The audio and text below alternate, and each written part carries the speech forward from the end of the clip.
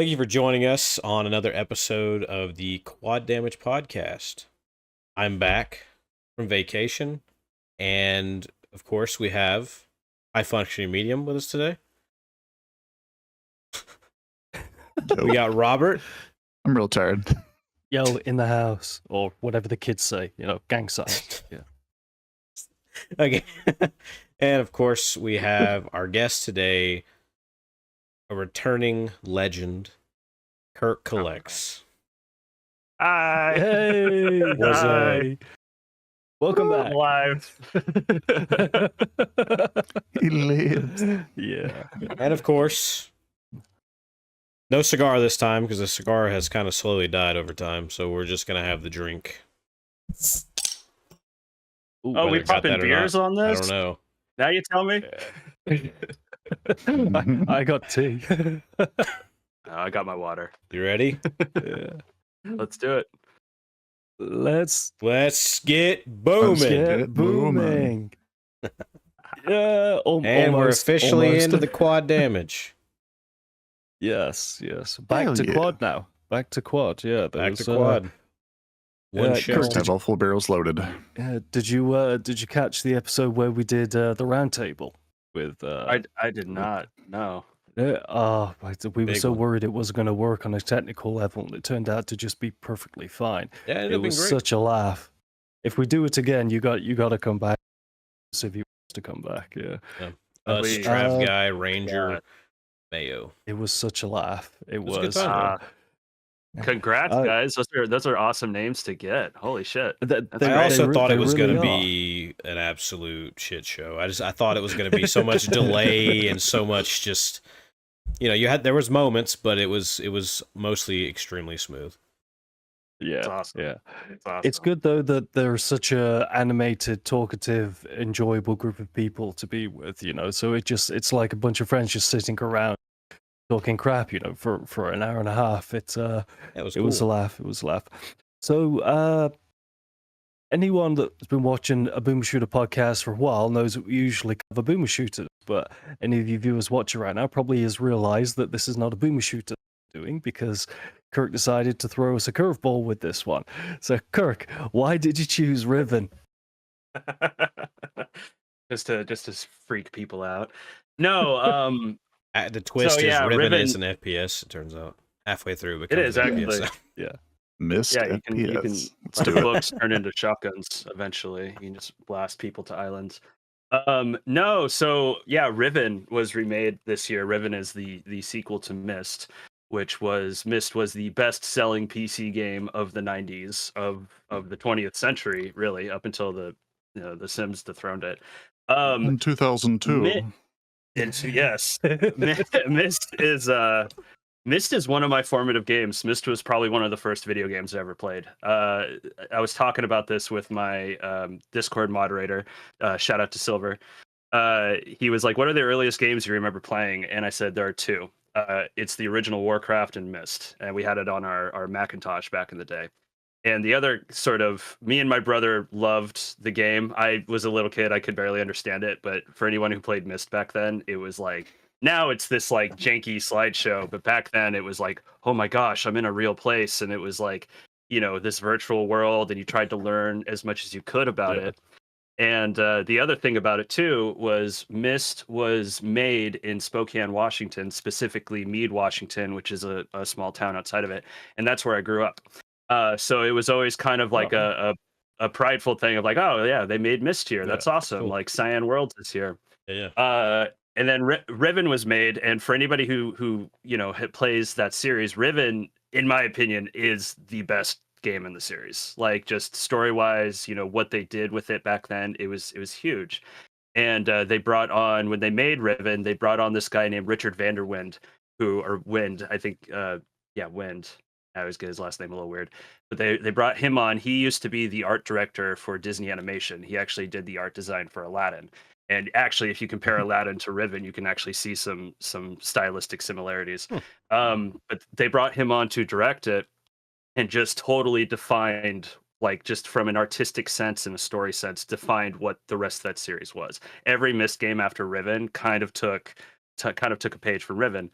And you know, it was a huge seller back then. Even if you look at it today, like visually, it's incredible looking. Like it was some of the most advanced, even though it was still like still images and slideshows. It was one of the most advanced games ever made, and I just mean, the remake captivating. looks really good. Like it reminds, you know, it kind of makes me think back to like the, you know, recent System Shock remake and stuff. Like they just really put all the love into recreating what was there and pushing it way further than I would have expected.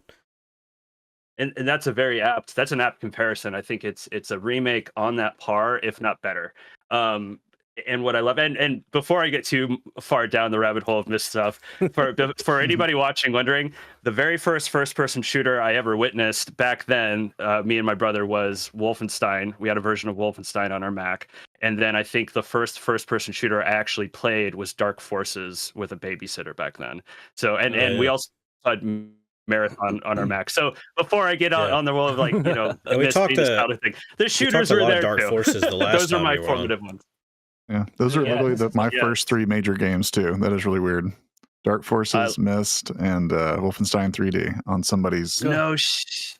God, you guys make me feel old, man. My first games were like the original Amstrad and Nintendos back in the mid '80s and stuff. I remember when the Super Nintendo came out, and everyone was just losing their shit because it was like everything that we had used to, and then it was just doubly as good. Yeah, but sorry, Kurt, what were you saying? No, you're good. No, you're good. I love it. I love hearing about people's formative games because I've always felt like mine were very interesting because I grew up with kids who played like Mario for the first time, and I was like, I played Myst on our Macintosh. You know, it was just But anyways, the thing with Riven is, you know, Myst has been remade multiple times. There was actually a recent remake of it, which was excellent as well.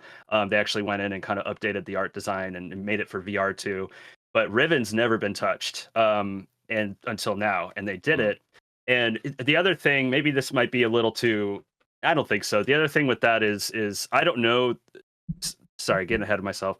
So the decision was made to remake Riven. Cyan got the funding for it, and I think they actually hired some people that were working on a fan project called the Starry Expanse, which was trying to remake Riven as well in 3D. And I think they hired some of those people and brought them into it, if I'm not mistaken. And they brought back the original director or co-director, Richard Vanderwind, to work on it. And why that was sort of significant is I don't know him personally, but my mom was very good friends with his wife, who sadly passed from cancer about a year before he made the remake. And so he kind of, I actually found out he wrote a letter about it in the collector's edition for Riven 2. He kind of took the project on as a way to kind of to basically grieve and get past like that. So for me, it was like, you know, called my mom about it and was like, hey, you know, this just happened.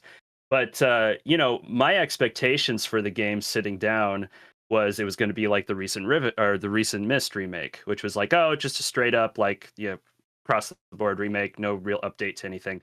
They completely went in there. They redesigned a lot of the puzzles. They actually like, not in a way that like trivialized the game, but like streamlined certain aspects of it to like kind of lead players in the right way. Understandable and stuff with more hints or something. A little more accessible. Modernized. Yes and no. I think it just so for example, in the original Riven, in the first island, there's basically a room, right? So Riven's spread across like 5 islands that are all connected by these tramways. And so basically in the original version, it was very easy to walk through that island, get on a tramway, and walk through the rest of the islands and have no clue what you're doing, which is, you know, most people experience this with Myst games, but have no clue what you're doing. Whereas in the Riven remake, the specific room that you need to get to that will allow you to leave the island, they moved it. So it actually forces you to walk through the whole island and actually get to this one specific area called the Gold Dome, which is on the cover. And there you are basically given the fundamental clue that will help you solve basically every puzzle in the game.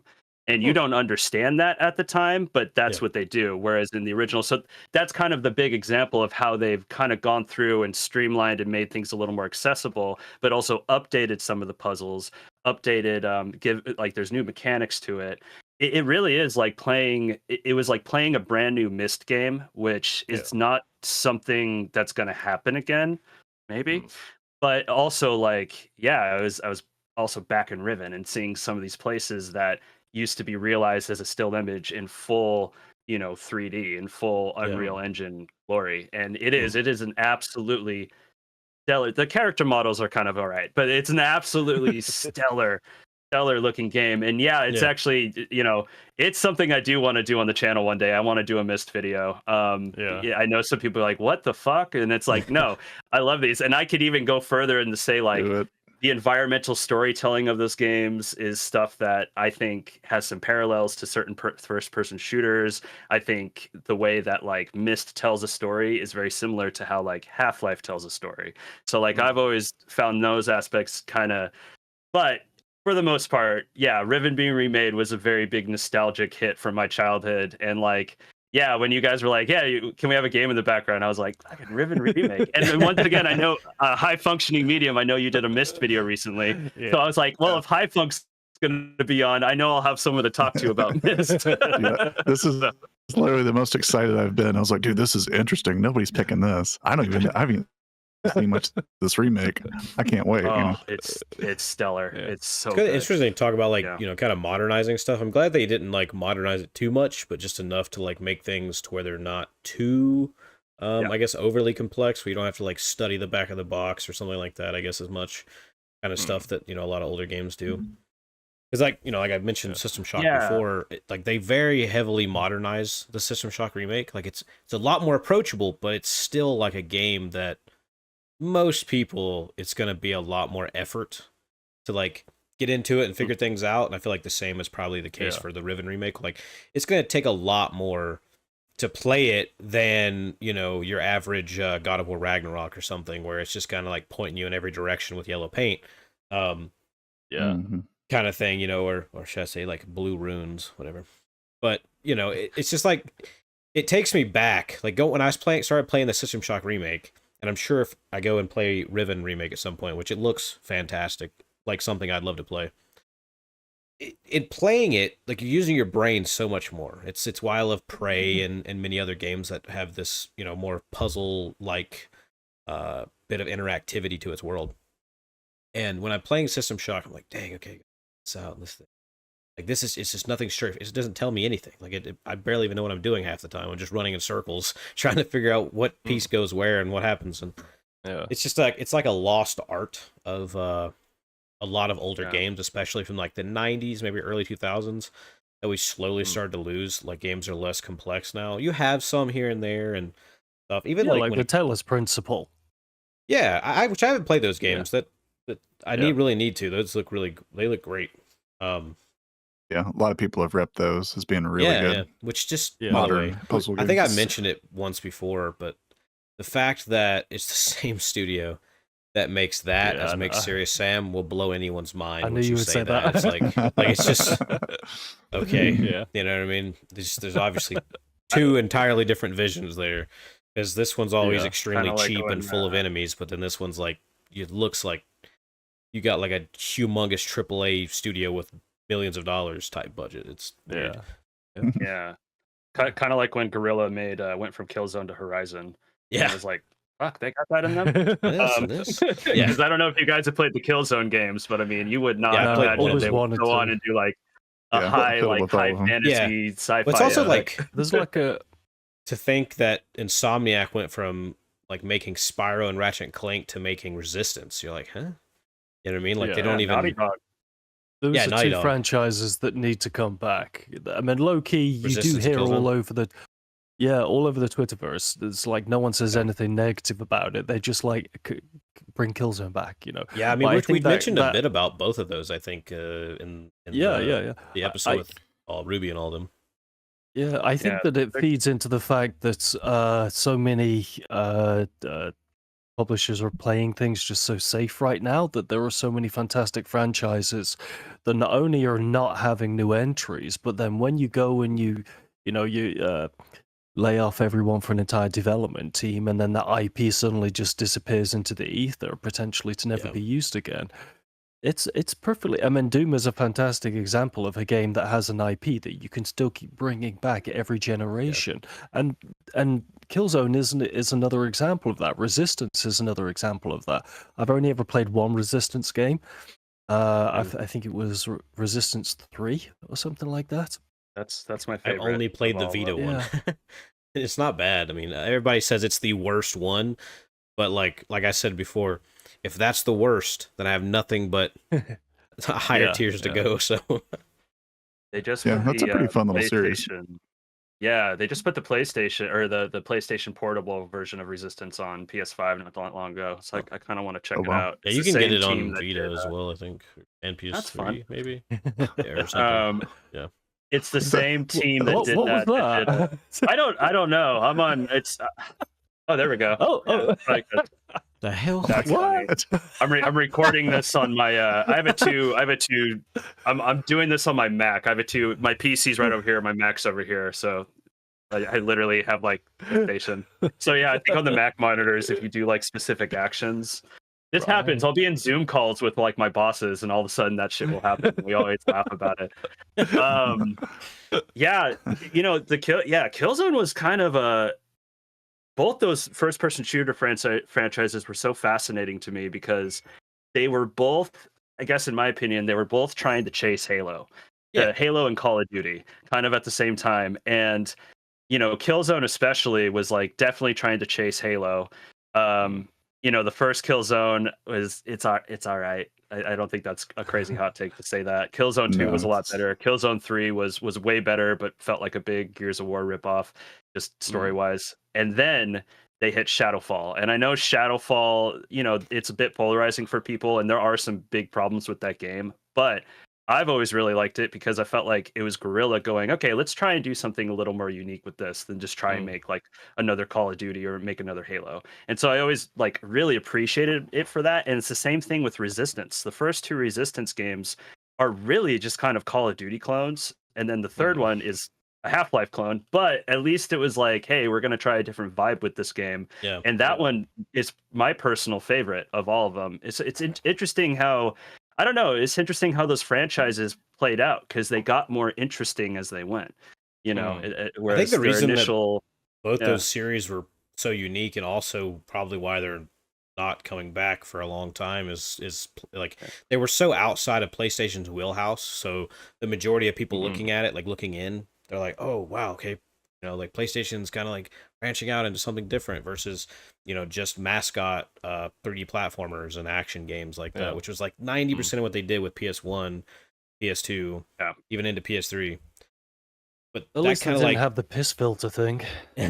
All those that just kind of games like that had branched that. out, and and I still think people think back fondly to them because of that. But I think the main reason they're probably not going to come back is because that strays so heavily away from like Sony's huge focus on these either open world or very linear, story driven third person action games that they They're literally supposedly just making a big constantly push. make all the time. Yeah, All their they're games are totally- almost the same game at this point, and I'm not saying it's necessarily a bad thing. I like majority Did of you them, but like they're kind of the same Not a game great over and thing. over. Yeah, Yeah, did like you see it is. Concord? I did not. I I'm saw not- that there's a review out for it or Is something. because Sony are making a big push, of course, into multiplayer, and they did apparently pare back on it. But then you've got several games already in development, and it's released, and was it day one? It had less players than the Golem game, Yeah. which that's embarrassing. I mean, it looks aggressively mid, like it's proper Guardians of the Galaxy ripoff sort of. Let's corporate checkmark everything that potentially Okay, is, so could make us a good game. so Suicide Squad Kill the Justice League type bad, right? Like we're just gonna make this the most monetizable, like just thrown together piece of corporate dog shit possible. Yes and no. Like Suicide had such potential, not only because of the studio making it, but even just look at its visual design. It is visually Suicide Squad distinctive. could have been a great game if it wasn't for corporate It could have, greed. yeah. Yeah. Whereas the problem with games like Concord is and perhaps Suicide Squad is it's very obvious that they didn't make a full game and then decide to monetize it. They Same chose the with monetization Gotham and then Knights. built a game around the monetization, and that's just not. Yeah. It's just not what people like you and I don't like. It's of course money speaks, and they wouldn't be making these games if people out there There's- weren't actually spending it. Yeah, that's a whole But they don't stand like the test of time. Yeah, that's the whole thing. Is like people go and complain, oh, they're just making this and that. They're not releasing like not fully done games, and they're patching them in, or blah blah blah, microtransactions, blah blah blah blah. But then people still go and play them and buy shit on them, and then like spend hundreds of, even thousands of dollars of their own money on a game that they complain about on the daily, and then wonder why people still make it. It's like, damn, why does Ubisoft keep making the same formula since Far Cry 3? Because you keep buying the game. Because you keep showing that that formula makes them money, and people like it and want to buy it, so therefore it's still going to exist. Because if you don't change what you buy, then it... Which that also comes down to the fact that like the large majority of regular players actually don't care. So it's like the large majority of people playing Assassin's Creed or Far Cry or something like that actually genuinely do not care that it's the same thing over and over. Like they just don't care.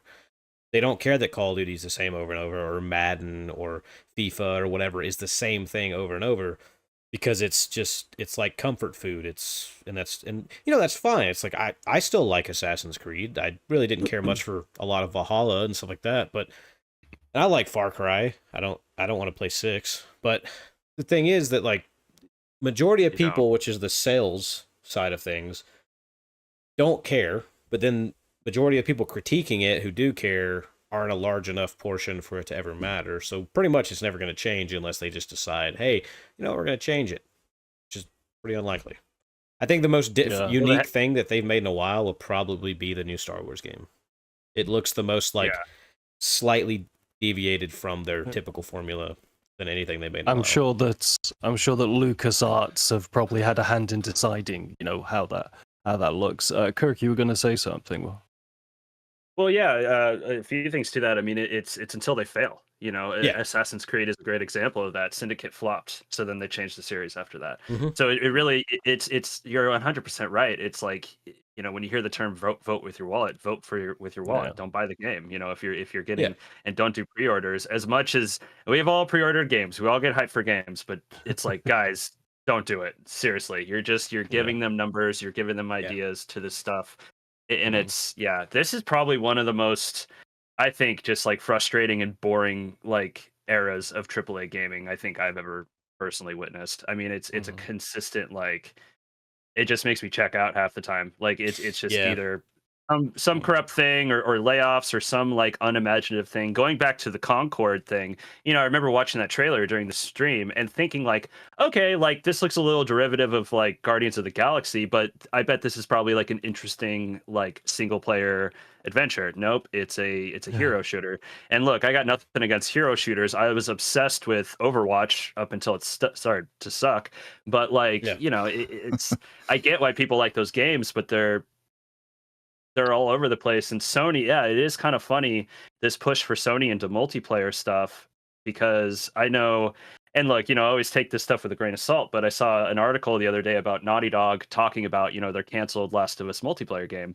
And I think it was, if and check me on this because I'm kind of I'm spouting off of memory, but I think it was like, there were aspects of the game not working, but if we would have put that out, we probably would have been like a live service games developer from that point on. And we went, no, we make single. Good thing that didn't happen. And it's Naughty Dog. We got to remember the reason, Sony hit this third person action track is because of them. Uncharted 2 changed everything for Sony. Like, and boom, after that, and which is everything. One of them.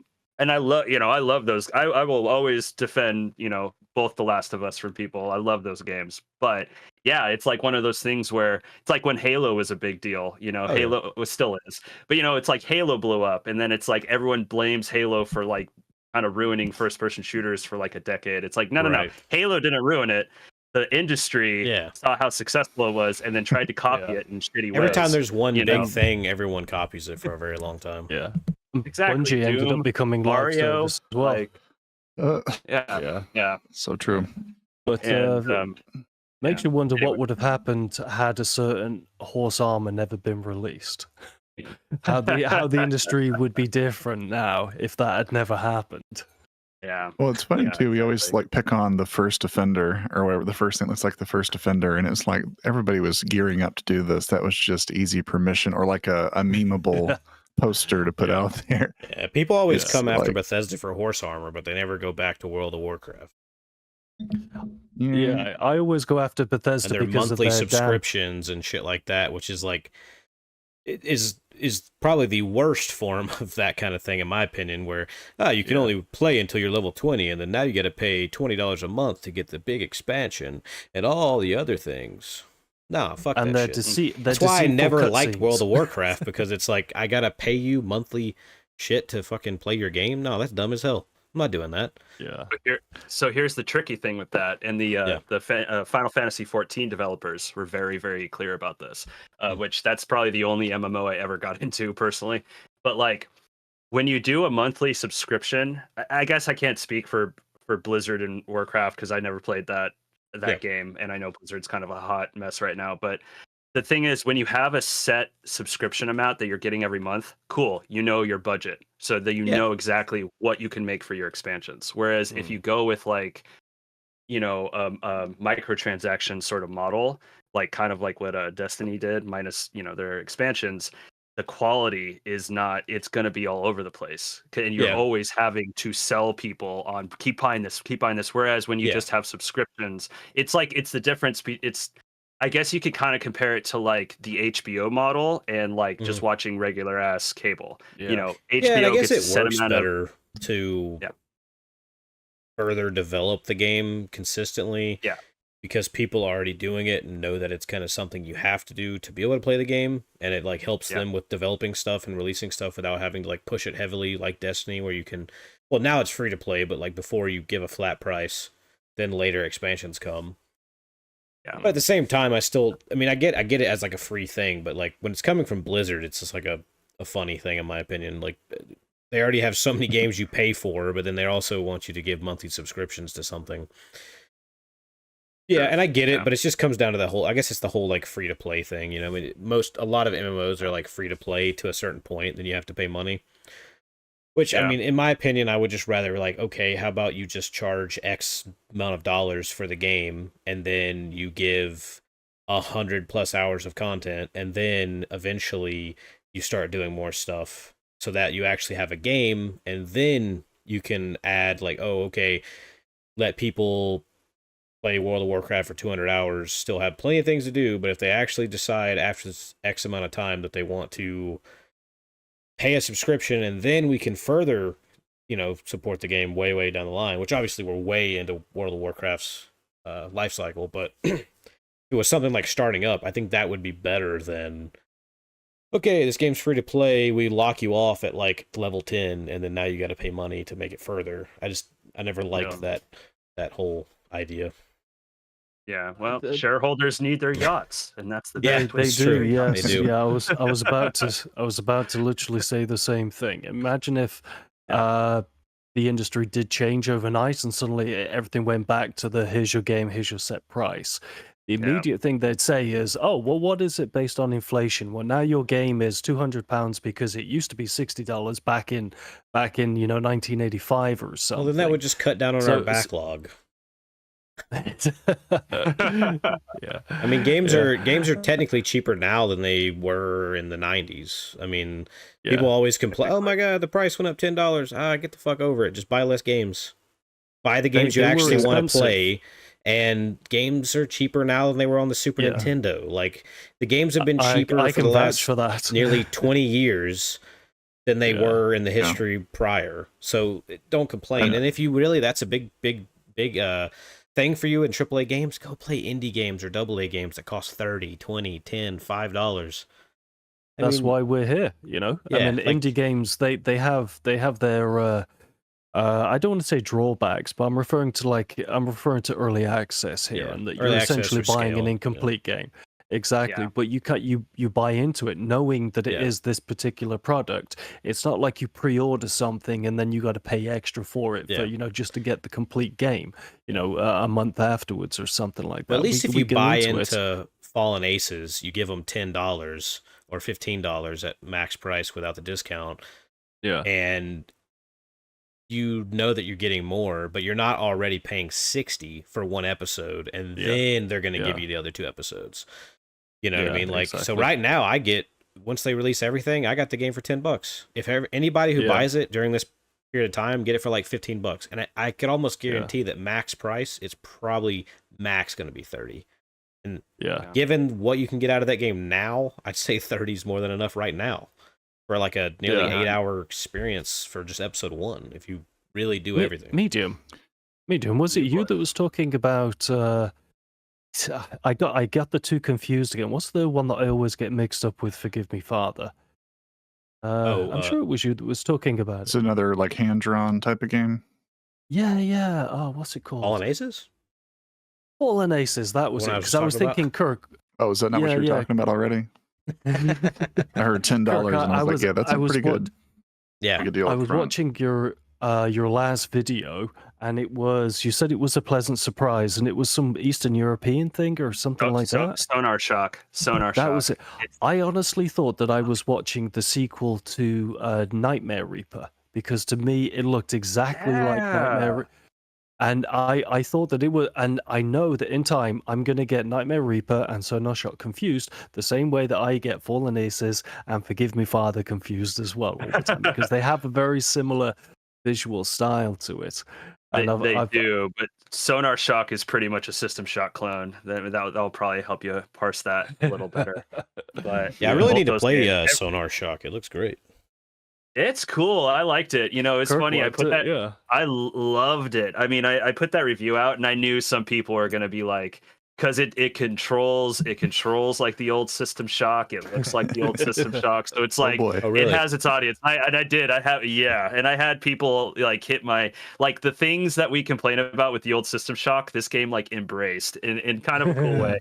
And I definitely had people in my comments who like, this game controls like crap. I don't agree with any of this. I mean, it's like it does, it's not for everybody. It's a very specific experience. That's also the cool thing about it. like the indie space and stuff. Like we can have all these like homages to Myst and System Shock and Doom and all these things that play very, very closely to those original things, or even stuff like the original Resident Evil with tank controls. We have so many like cool and unique, different little survival horror games. God, I hate tank controls. Conscript. Any of you playing Conscript? It's fucking No, great. I haven't played it yet, but it looks phenomenal. Yeah, I played the demo quite a few years ago, so I'm just play the real thing someday. Yeah. They recreate that old Resident Evil style gameplay really well, and that one too. I've been picking at it at night, and when I first played it, I was like, all right, are there going to be zombies? Like, what's the horror? Nope, it's just World War I. Like, that's it. That's the it's horror. such a unique horrible premise, enough. though. Yeah. It's a bit more raw, though, isn't it? When you take something that is an actual atrocity in world history, it's like no fictional monster can really account for the horror. Yeah. But it's Kirk, cool that they actually stick with that too. Like they actually stick with just like that atrocity being the horror, not like an added horror, which is cool. It's a horror that none of us. Sorry, you were saying. Oh, I was just gonna say real quick. It's like it's cool. Like they take what I assume are aspects of what was going on in those trenches and like kind of adapt them to like old school like survival horror mechanics. Like there's this whole like rats. There's a rats mechanic that's kind of similar to the Crimson Head system from Resident Evil Remake, where like when you can sneak past enemies or you can kill them, but if you kill them, the rats will come out and they'll chase you and they'll bite you. So you have to be like careful, but there's ways to get rid of the rats, but it means throwing like precious grenades in these holes. And so you're always having to make like decisions like that. Like, okay, I could either do it the hard way now and save myself a lot of hurt later, or I can just do the quick and easy way, but make this path way harder later on. So it's fun. I love those kind of like give and take dynamics in survival horror. Yeah, those are but fun. sorry. But yeah, anyways, you're just on the subject of your videos, but changing direction slightly. I know you had some things that you wanted to discuss in terms of where you've been, because you in the last well, it's only the last few months. I don't want to say the last year. So do you want to just tell everyone watching what's been going on with Kirk Collects? Yeah. So unfortunately, this has just been kind of a not just the best year for it, because I've been a little distant from it, and it's been kind of hard to tell people about it. And I thought, yeah, I kind of use, and I've been kind of bad about like honestly communicating with people. So I just thought I would kind of take the opportunity to use this platform just to like, yeah, kind of tell my audience like, hey, here's what's going on in the best way that I can. And it's all good news, and I can only speak to it so much, unfortunately. But there will be a day that comes where people will see, hopefully we'll see what I've been working on the last year now. But about a year ago, around this time, actually in September, yeah, so close to a year from now, I was basically hired to be the lead editor on a documentary for a prominent music brand, and that's about as much as I can say about it. Yeah, the And NDA. it's the NDA, yeah. But it was the type of job you don't say no to, and basically for the first from September to December of 2023, I was basically balancing the channel with it. So this doc project specifically, they wanted a product, they wanted it done by May, this last May, which for a documentary, for any movie, any feature like movie is aggressive. So, and we had about, when I got hired onto it, we had about 400 hours of footage that needed to be get through, and I think I had like one assistant editor to help me.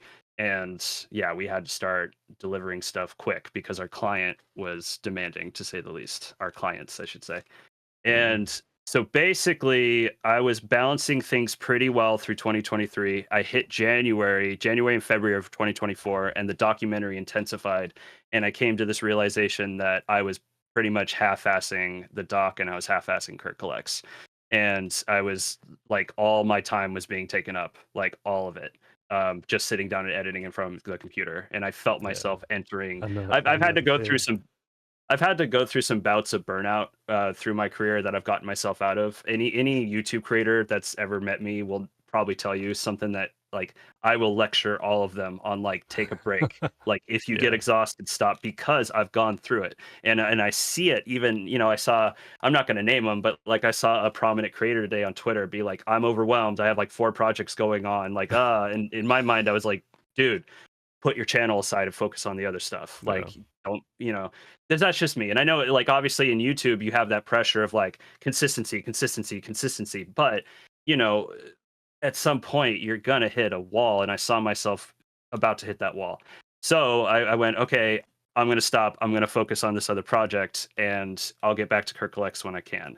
And I think arrogantly, I was like, well, if I take a few weeks off, I'll blah blah blah get to it.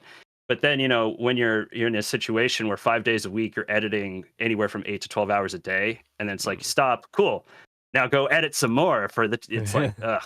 Yeah. So, and in my mind, I was like, okay, I just need to hit May. May, we'll get this done, we'll get it delivered, and I'll hop back. And if anybody was paying attention to my messages, I basically said that, like, I'm about to wrap up a project, I'm about to get back to it. We got a cut of the movie done. We presented it to our clients, and they liked it. Our clients and a corporate entity that now owns them, and they enjoyed it. But they said, we think this would be more effective if it was broken up into a series. And it was a whole thing. Like, why are you dropping this on us now? Like, why wasn't this decided earlier? My director damn near almost walked. And we were kind of asked, like, they were like, we like your creative team, we want to keep your editors, but I was kind of given the choice of like, would you like to stay on this? And basically I said yes, because this is a project I want my name attached on, I want this on my resume, and B, if I get this done, to be very, very blunt, the financial opportunity of this is the type of thing that will let me focus on Kirk Collects damn near full time next year. So that was kind of the choice. And like I said, I'm not 100% sure this project will see the light of day. It has to be sold to a streamer when we're finished. I think it will be sold, because if you knew the brand I was working for, you'd go, oh yeah, someone's going to buy that. So that's what's going on. And it's honestly, I think I hit these parts where I've wanted to kind of tell people, but you get scared because you're like, oh, fuck, I'm gonna lose subs over this, or people get mad over this, and I didn't want to keep saying and having an excuse over and over. Sorry, guys, this and that. The good thing is when we finished in May, we were given a few months off. So that's when, as you noticed, I put videos out because I was like, okay, I have these coming to me. Obviously, Fallen Aces, which I was dying to cover. That's when Sonar Shock was sent to me. So I got some videos done. Started another major video of mine that people really want to see. I'm actually almost done with that, hoping to get it out early September if I can. But yeah, I just kind of wanted to say, like, I just got overwhelmed. Like, I got overwhelmed with this Yeah. other project. It was hard to kind of keep KirkCollects in check. And I think what I want to tell people is I'm very apologetic. I haven't been more communicative about that. Obviously, with NDAs and what I'm doing, it's just hard to say. And even now, and I mean, I really, really appreciate people hanging in there and being concerned. I'm okay. If anything, I'm very happy right now. Just very, very busy and tired. I think this project will last me until probably December.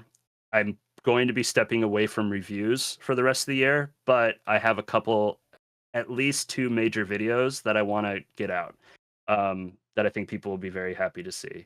And then hopefully going into 2025, we can kind of get back to business as usual for Kirk Collects. But that's what's been going on. And I'm really hoping the day I can tell, even if the project fails, like, I still will tell people what it is. And in fact, this is a big clue for who I'm working for. There's an old first-person shooter that this music brand is attached to. And when I announce it to people that what I've been working on, I would like to correspond it with me covering this particular game of theirs. And so that, I think immediately, yeah. Okay. so I'll give you that much on it. And if you know what I'm talking about, you know why I couldn't quite say no to this project. So anyways, yeah, I just want to take a second just to tell people, like, this is what's up. I know, like, you know, in the YouTube verse, there's always going to be people that are like, he's dead, he's gone, fuck him, we're out. But it's like, you know, that's just kind of what's up. And it's been actually very you know, earlier we talked about like evergreen videos, and it's been very fun to see which of my videos are consistently getting views every week, and that's actually guiding the projects I'm doing next. So Nice. yeah. So anyways, Cool. yeah, I'd love to love your Kirk's guys' still thoughts on here, that. guys. He's still I'm here. still here. I'm sorry. I'm around. It's not a deep thing. All I can say is, do you, man? Like, just do what you got to do for your mental health, your financial wealth, and whatever you needed to go forward. You know. Yeah, I mean, you've got a good core audience of people there that really like the content that you do. So it doesn't. You can take a hiatus and tell them. I feel that saying I'm just a little busy right now, I'll get back to you when I get back to you, people would have probably been very understanding to it, because good thing about what we do is it's very community based. So I mean, there are people that, you know, will take 6 months off, and what they do is still so enjoyable that you stay subscribed to them. But it's good to hear that you're making the right decisions.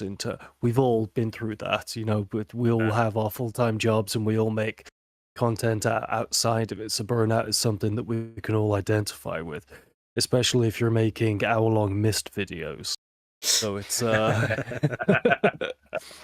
No, I appreciate that. And like, yeah, I've been anxious about it all year, and so it's kind of nice to just say like, this is what's up. But no, and I've had on my Discord server a few times, I've explained somewhat of this to them, and I've always gotten, for any time I've had to take time away, I've always gotten the message from my community of like, you're good, do you, like, we love your content. And I've always felt extremely lucky, just for the community that I have, and just how understanding and how much they like it.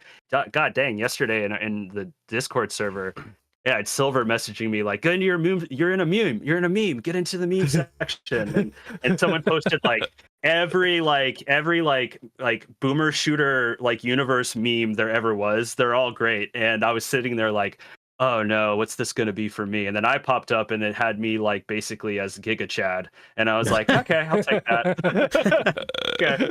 There's still some goodwill out there. So, excellent. But yeah, so videos are coming, but yes, sorry, this just has been a weird year for Kirk Collects. I can. Channel's not going away. It's all quality, baby, not quantity. That's exactly what it's about. I can exactly. like recently, this last couple months, I've kind of been dealing with some burnout myself.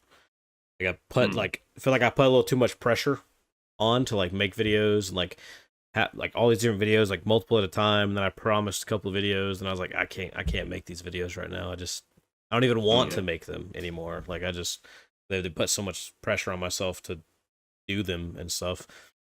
So I've been trying to take like more breaks and just kind of slowly go into each video, and it's been good for you, man. Yeah. You gotta, but you gotta just be honest about it and say it out, and it does, like it brings, it brings like feelings of shame, it brings feelings of this and that, but at the end of the day, like, yeah, man, you can only do so much, and people will stick with you, even if you need to take some time off. And I get it, especially for your guys and this podcast kind of starting to blow up a little bit and get some awesome guests. I mean, you guys had Civi on here, bro. Bro. I mean, that started doing this shit because of him. Like dude, that's amazing. So, and I know he's one of the reasons why I started getting into the boomer shooter thing, because years ago he was doing videos on Dusk and Medieval and stuff, and it was him and it was G-Man.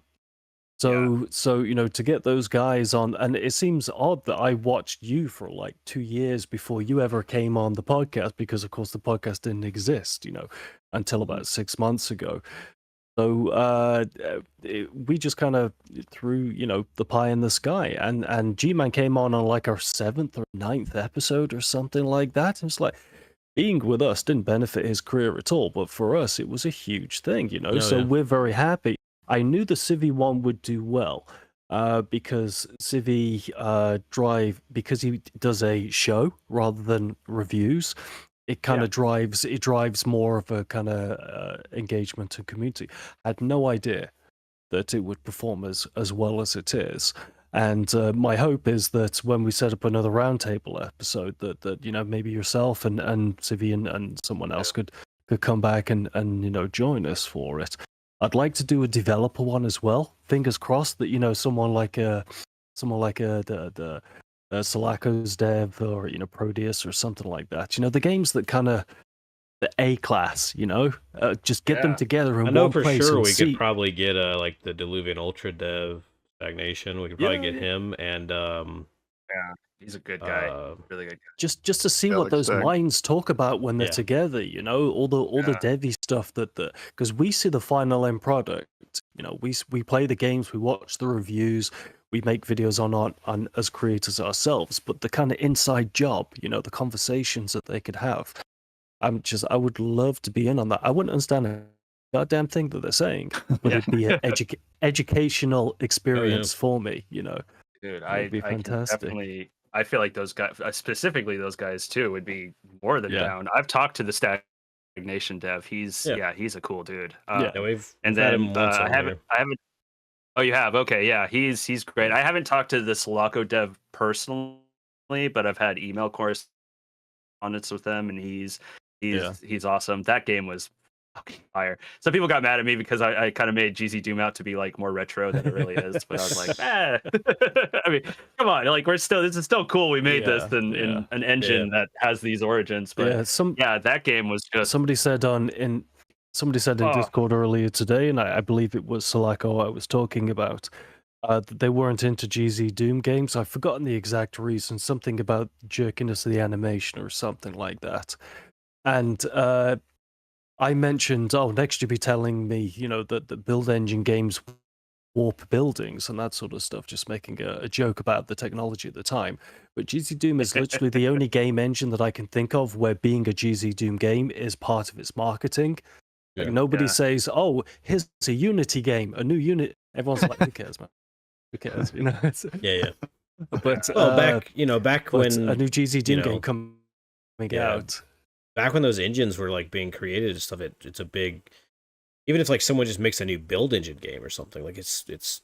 I would love that. It was so impactful then that it's impactful now because there's such a huge difference in that. Like, you see something that's in Unity, it's in Unity. Like, it's rare that you find a Unity game that doesn't look like a Unity game. Same with like Unreal. They all kind of have a similar look and feel to them, even though you can modify and make them different. But you know, Yeah. when it comes to something like The that, good like, thing like about a what build engine game is like that's like a selling point. Or a it's GZ Doom it's game. all personality, and Yeah. the good thing I love about what we do in terms of being boomer shooter fans is that independent games, and specifically for our taste, boomer shooters, are very creator driven. You can see literally that there's no corporate mandate or anything. So even though we say, oh, it's a Unity game, when I sit down and I watch the trailer for the upcoming Proteus DLC, the Elder, I'm like, oh my god, it looks so good. You know, it's and that's I believe that's made in Unity. So so that creative vision really comes through, you know. But like the upcoming GZ Doom games, like it's not just a game engine, it's a community, it's a scene, it's a subculture, you know. Yeah. We love the build engine here on this podcast, specifically Deadforge and myself. We're always shilling. I love the build engine. Yeah, Build engine's great. but it doesn't have the community because, from what I can tell, is a bit of a pain in the ass to work with. So you know, I wouldn't doubt. I played Uh, a free-to-play game called AWOL, which is a build engine game. It's pretty good, actually. Yeah, I played that Not bad. just a few days ago, just because I wanted to play a build engine game. I was in the mood for a bit of build engine love in my life, you know. yeah. But It's a pretty interesting little game, actually, Like, to be free. it is. That's cool. Yeah, I'm very surprised. Very surprised that so many games do get released to be free. The Immortal Lock is another one, the mod. That you could have changed a few assets around on that, and the developer could have sold that as a commercial product, and I bet you would have sold gangbusters because it was quality. It was all killer no filler. That was. I haven't even played it, and that's just based on the videos I've watched. Well, But, in pulling up a GZ Doom example, it's like the Ashes games. Like I'm always just like, it's absurd that these aren't being sold. Yeah. Like, like these are so good. But yeah, it's those old engines, man. There's something to them, and you're right. There is a distinct look to build, and there's a distinct look to Doom. It wasn't made in build, but like Slayer's X, which was made in Unity, but they actually like really emulated the look of build, like super accurate. Like that's like the best part of that game is how much it looks like a build engine game. But yeah, and the GZ Doom community especially. Yeah, I mean, I love them all. They were, like I said, some of them were a little critical of me in my Sulaco video, but it was like it's all love. You guys have made like this is incredible. And Sulaco also, I would even, you know, it's obviously in the boomer shooter, like retro shooter sphere, but I would actually challenge how retro it actually is. It plays like it plays better than most AAA games. It's the best Fear sequel we never got. It's so many things. I mean it's very close to a Half-Like because it's not balls to the wall action. There's actually lots of Half-Like elements about it. So you can really see it as a combination of, like, you know, your Doom, your Fear, and your Half-Life together. And I said a few weeks ago, it looks like a GZ Doom game, but it plays like a build engine game, but its story is more like a Half-Like. You know, what's it called? Yeah. You know, to bring it back around real quick, back to the beginning with Riven. What would be like? We'll just go to each person here. What would be like your favorite puzzle game? Doesn't it, or like puzzle adventure kind of game that doesn't necessarily have to be first person? We'll start with Robert. Well, I was literally hoping that you would start with medium because I couldn't figure a goddamn thickened, you know, puzzle games. All right, let's start with medium then. Yeah. No, you keep going. Sure. The Little Nightmares games got to me recently. But if I had to kind of stick with like the thing I've liked the longest, I'd probably go with Limbo, which is real similar. But a very good one, yeah. Yeah, I think that one takes the cake. Yeah. Yeah. Are you playing Little Nightmares 3? I will be for sure, and Reanimal. Yeah. Yeah. Same here. My Little partner Nightmares 4. she threw a strop at the end of Little Nightmares 2. So for people that haven't played Little Nightmares 2, there's a twist at the end of it that makes you look back at the first game a little different. And she was like, "What the fucking shit and fuck is this, man?" She was like genuinely angry about it. But I've only played the first one, so I need to hop onto that, I guess. Yeah, yeah. I think if you play the second. They're really good, dude. You like those kind of games as well. I like. I mean, I think I haven't beat Somerville. I just ended up dropping it and didn't come back to it. But that one's actually like pretty decent. I mean, it has some of its issues, but it is pretty good. And there also one is like a lot of people doesn't know about. It's called Black the Fall. Is a game that not many people know of its existence. The game is called Black the Fall. It's pretty good. That one's like deep in the sales of the Xbox store a lot. Yeah, I have it on. I think I have it on my Switch or something. But it's a very good one that just kind of got like drowned out. Yeah. Yeah, I've seen this on stuff. That But was it's like Has one of anybody those kind ever of games. played Inside at all? The Limbo, the next thing that the Limbo developers. Yeah, Inside's I've phenomenal. seen I love that it, game. Yeah. No. I I just started and kind of didn't go back to it after I'd finished Somerville, but I didn't. Yeah, there's so curious much if like we had any in exotic opinions game. about that. Yeah, I like I that really game. like that one. I could have a whole podcast about Inside. That game's good as hell.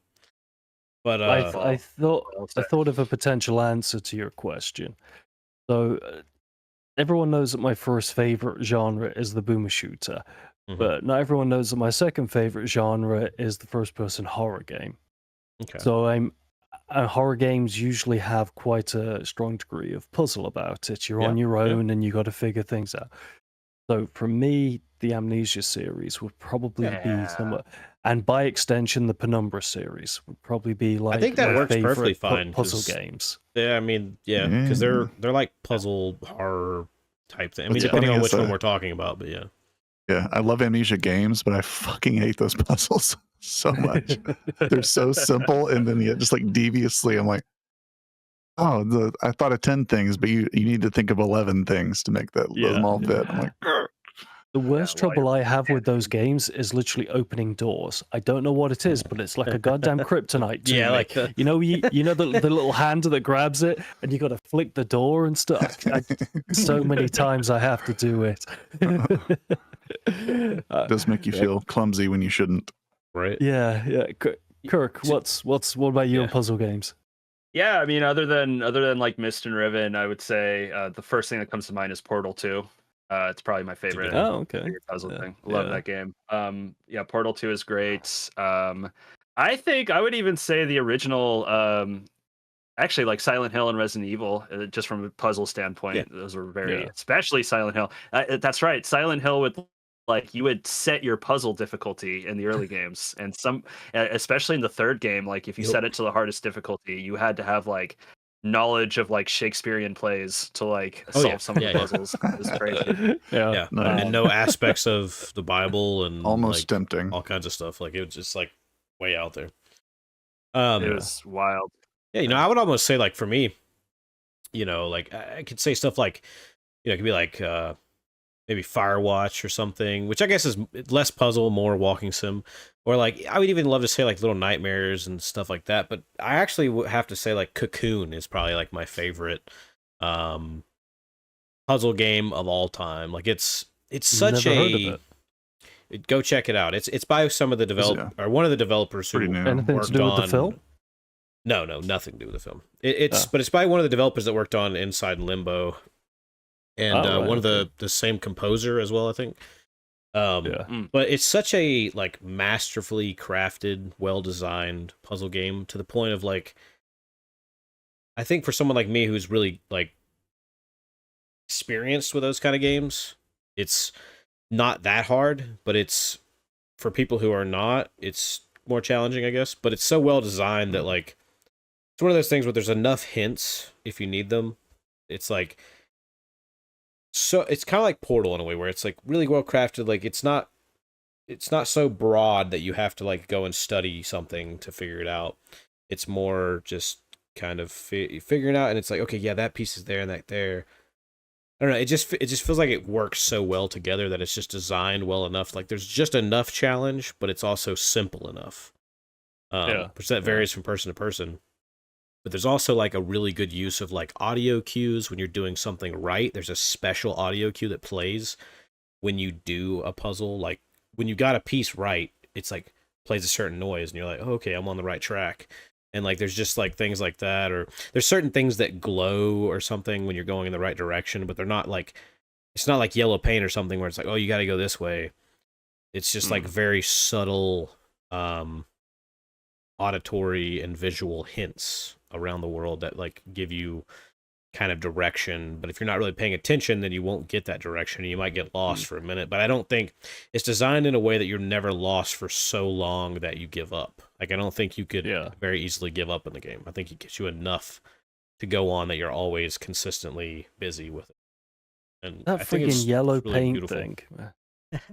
I never even noticed yellow paint before, and then of course, you know, the whole FPS aesthetics thing blew up on Twitter, and now I fucking see that goddamn yellow paint everywhere.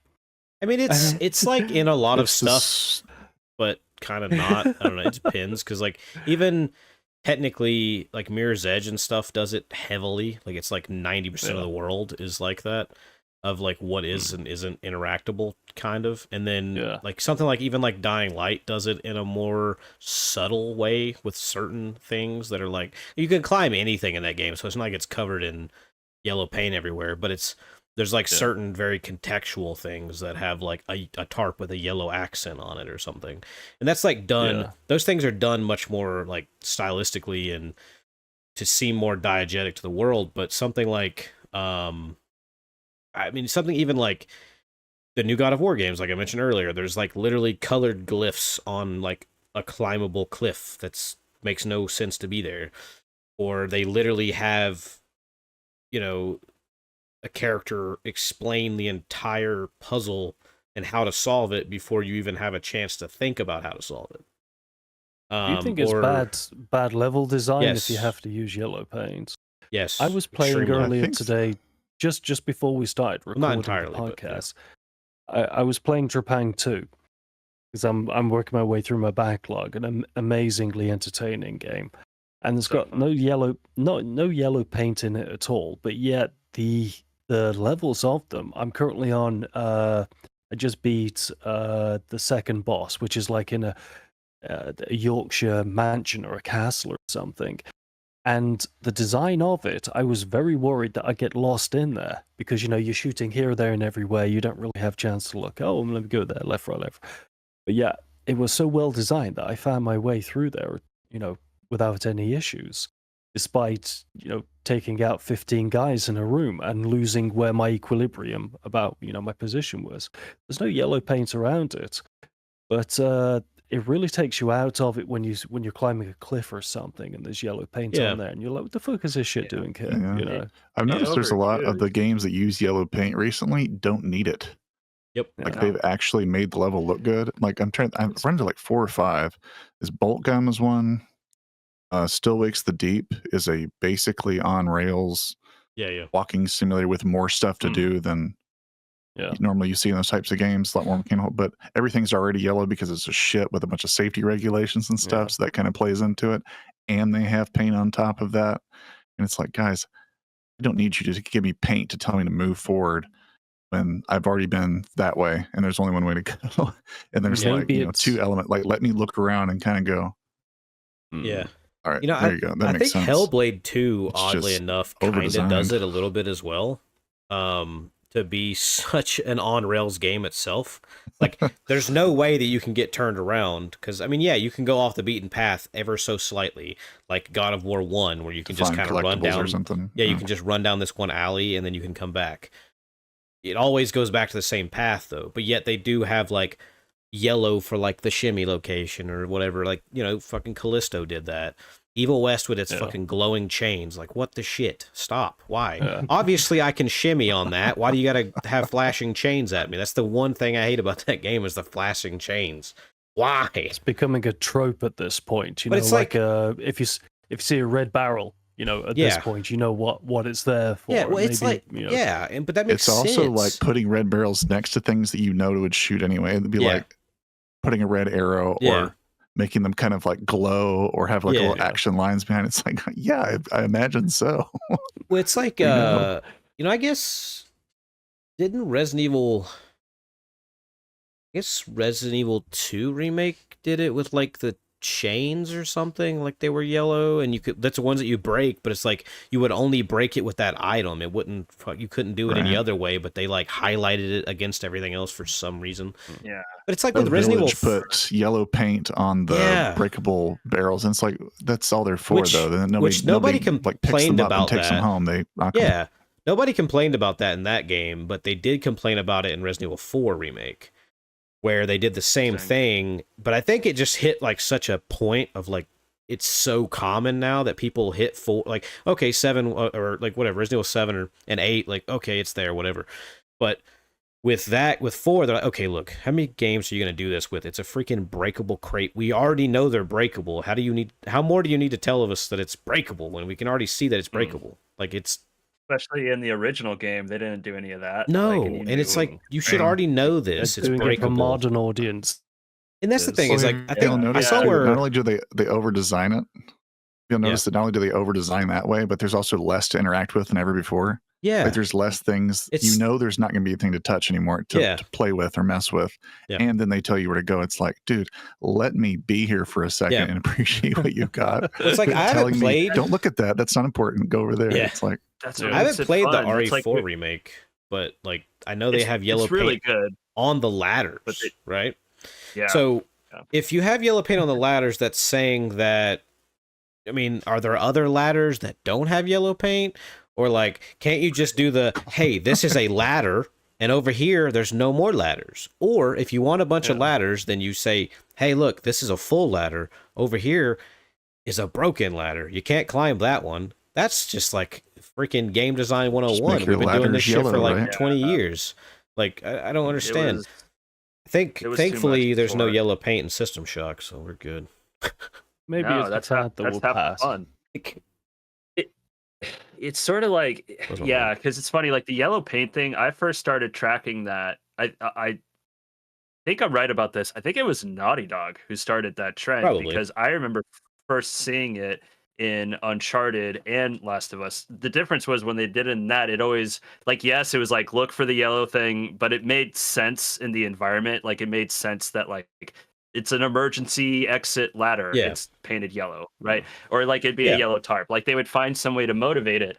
And then like, yeah, like Resident Evil 2 remake, I remember seeing it in that, but like and correct me if I'm wrong, but I remember seeing it on the chains and the boards you could barricade windows with. So it was like, okay, it makes sense that I need to see these things in the environment, and like, boom, there's that. Okay, that's a puzzle element. Whereas like recently, I played through the second part of, not recently, is back when it came out, but the second part of the Final Fantasy VII remake, which, because I'm a Final Fantasy fan. And they do it in their climbing sequences, and it's obnoxious. It's like, you didn't need to put, it's like blatant, and it's not like it's not like you have all these different paths on the cliffside. No, it's one fucking path. Like you don't need to show me the yellow thing. And to the point, it's so silly, and it's like it's like such a small aspect of the game. It's like whatever, but it's silly.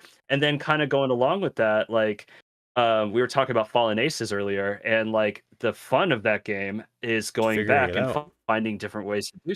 And you don't need that kind of stuff. You just need to use your head. Like the mansion, when you sneak into that guy's mansion, I remember playing that the first time, and I found that fireplace in the bedroom, and I was like, oh, I bet I can come up through the roof. And then the next time I played it, that's exactly what I did. I didn't need a bunch of yellow shit showing me. I just needed to use my brain. Imagine every immersive sim filled with yellow paint. Just imagine playing Prey, and there's yellow paint fucking everywhere. Like everything that's interactable was all yellow. Well, like imagine playing Prey and everything that's interactable is freaking yellow. You'd be like, yeah.